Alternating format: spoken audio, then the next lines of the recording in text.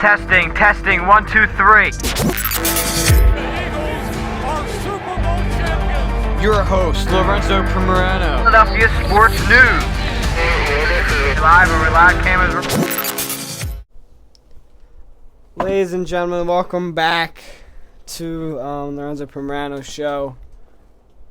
And it's not gonna be a happy one. Very disappointed in this week of how sports have been going in Philly.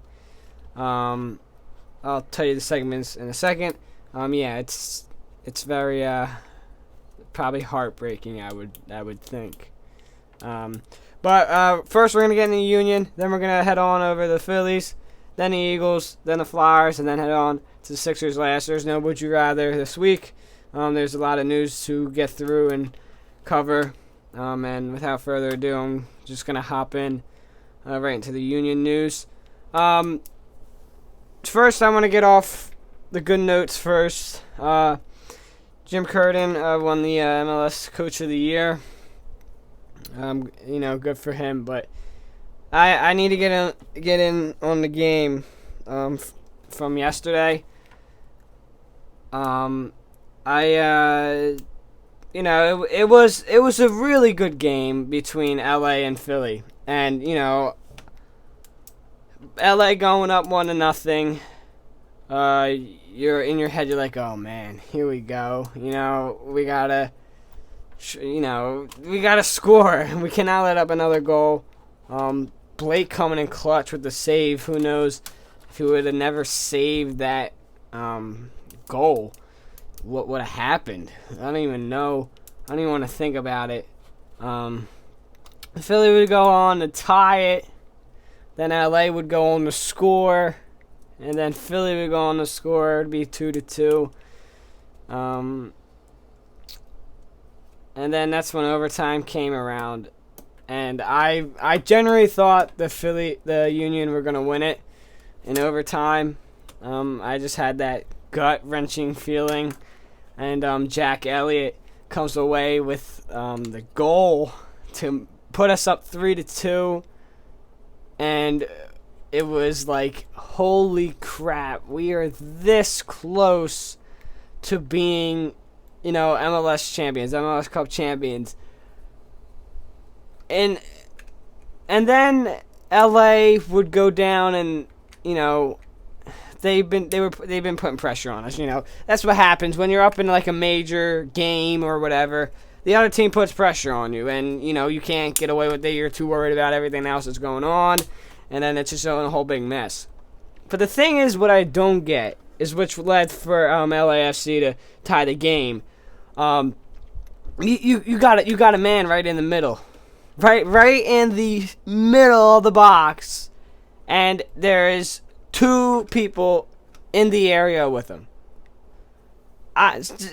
My head is either the offense comes up and help, or you, as a defense, realize there's someone in the middle of the box and take matters in your own hands. Like, I don't understand why you're not like defending. They weren't clearing it. All you had to do was clear the ball. You're up 3-2. There's 2 minutes left.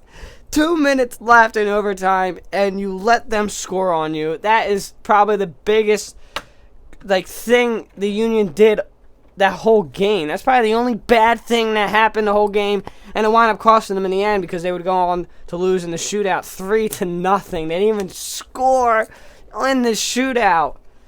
Gazdag slipped on his attempt, which I believe just took the Union straight out because then LA would go on to score against Andre Blake, and then it was just a whole mess.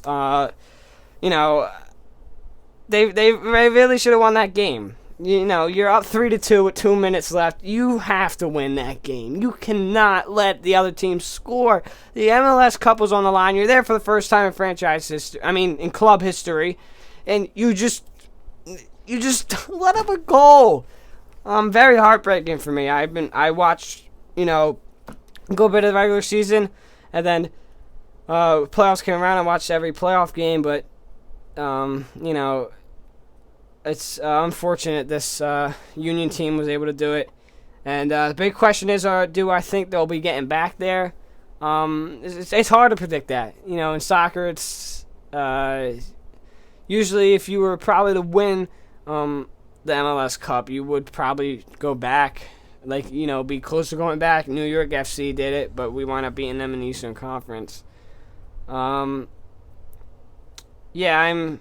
was very saddened by that because, it was the first time me seeing them in the Cup, and they weren't even able to keep a 1-goal lead. That was very, a lot to take in for that game. And then we had to go on to the Phillies game. Already heartbroken from the 4 o'clock Union game. Go on to watch the 8 o'clock Phillies game. That was the worst day possible yesterday. The worst day in sports I've ever experienced. And I really don't know how to describe how I was feeling, because I just felt so beaten. Damn, two teams really lost in the same day. I don't know, but the one thing that I really didn't get is Rob Thompson. We're in the 6th inning. Zach Wheeler's heart doesn't even have 90 pitches yet. Let alone, I don't even think he had 80 pitches at this point. And you take your ace out. At this point, the Phillies are up 1-0. I think they got Astros have a guy on first. Rob Thompson's like, all right, let's put Alvarado in.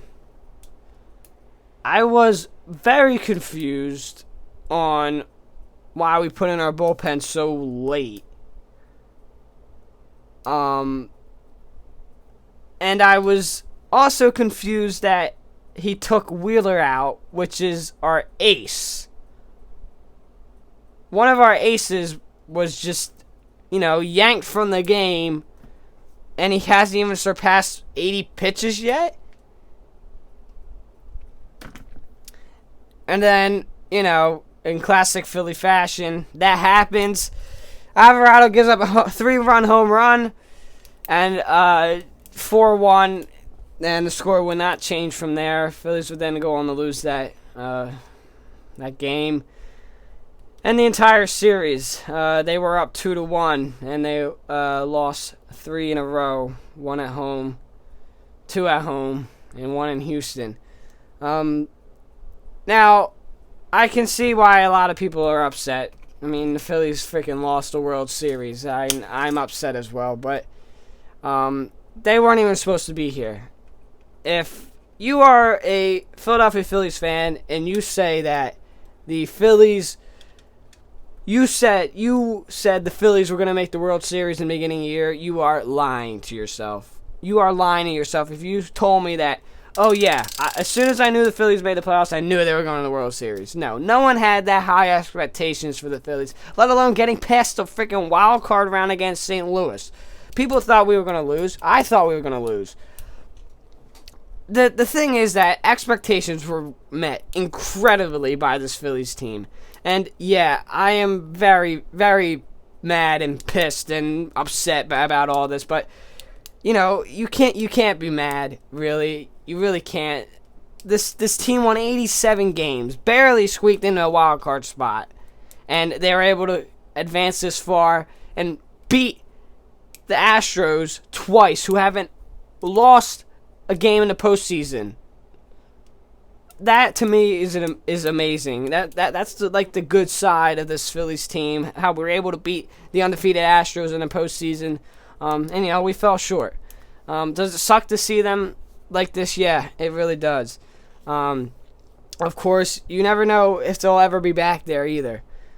You hope they are, you really do, but it is it's very hard to get back there, especially the World Series and any championship in sports. But the World Series is probably one of the things that are very hard to go back to. And, I can't express it enough how much it hurts to see them lose, let alone two major sports teams lose in one day. It kind of stings a little bit. And I know it stings for a lot of people, especially a lot of older folks. Some of them don't even get to see this often, and it sucks that they just weren't able to pull it off.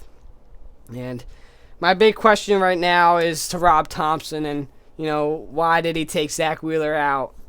We still don't know. I would really like to know what was going through his head, because in that part of the game, you're up a run, and Wheeler's not doing bad. It's not like he just let up 3 home runs. He hasn't let any runs in at that point, and I can't be mad, but I can be at the same time. It's like mixed emotions for this Phillies team, but I really do think that they will be a better baseball team next year. And, they got to get rid of some pieces. Rhys Hoskins, I believe, should be one of them. I know that he was one of the reasons why we were in the World Series in the first place. But, he wasn't able to perform on the big stage. And those defensive plays hurt us, the ones he was not able to get. And, as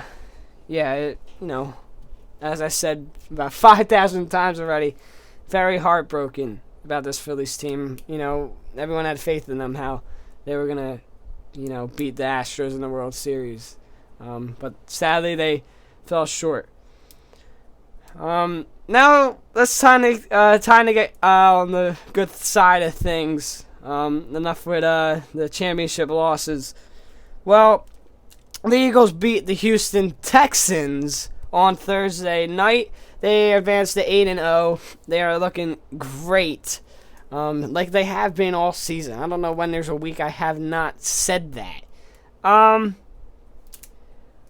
Here is the big question that is rolling around, and you probably know what it is already. Will they go 17-0? I've already said this. No. The Eagles are not. I don't think they're capable enough to being 17-0. Look, you can be an Eagles fan and say, yeah, they're going to be 17-0. Hell yeah. We're going 17-0. We're winning the Super Bowl. We're going to be the next 72 Dolphins. Sure, go ahead and say that.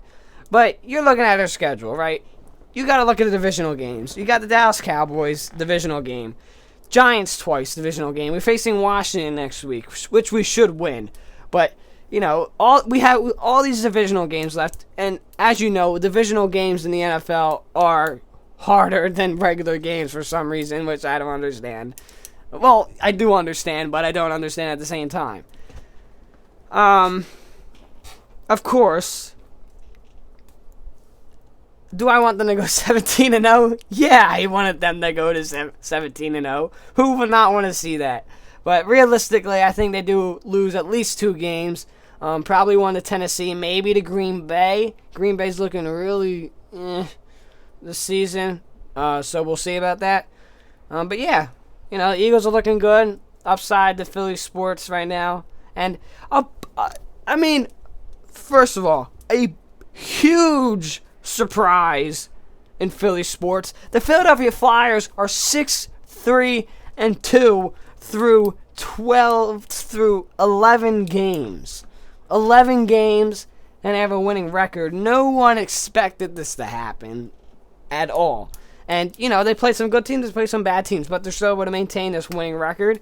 And, hey, if the Flyers can find a way to squeeze in a wild card spot, I will be totally fine with that. But again, if you look at last year, same thing happened, and then look where it led them, right? In the bottom of the league, in that draft lottery. So,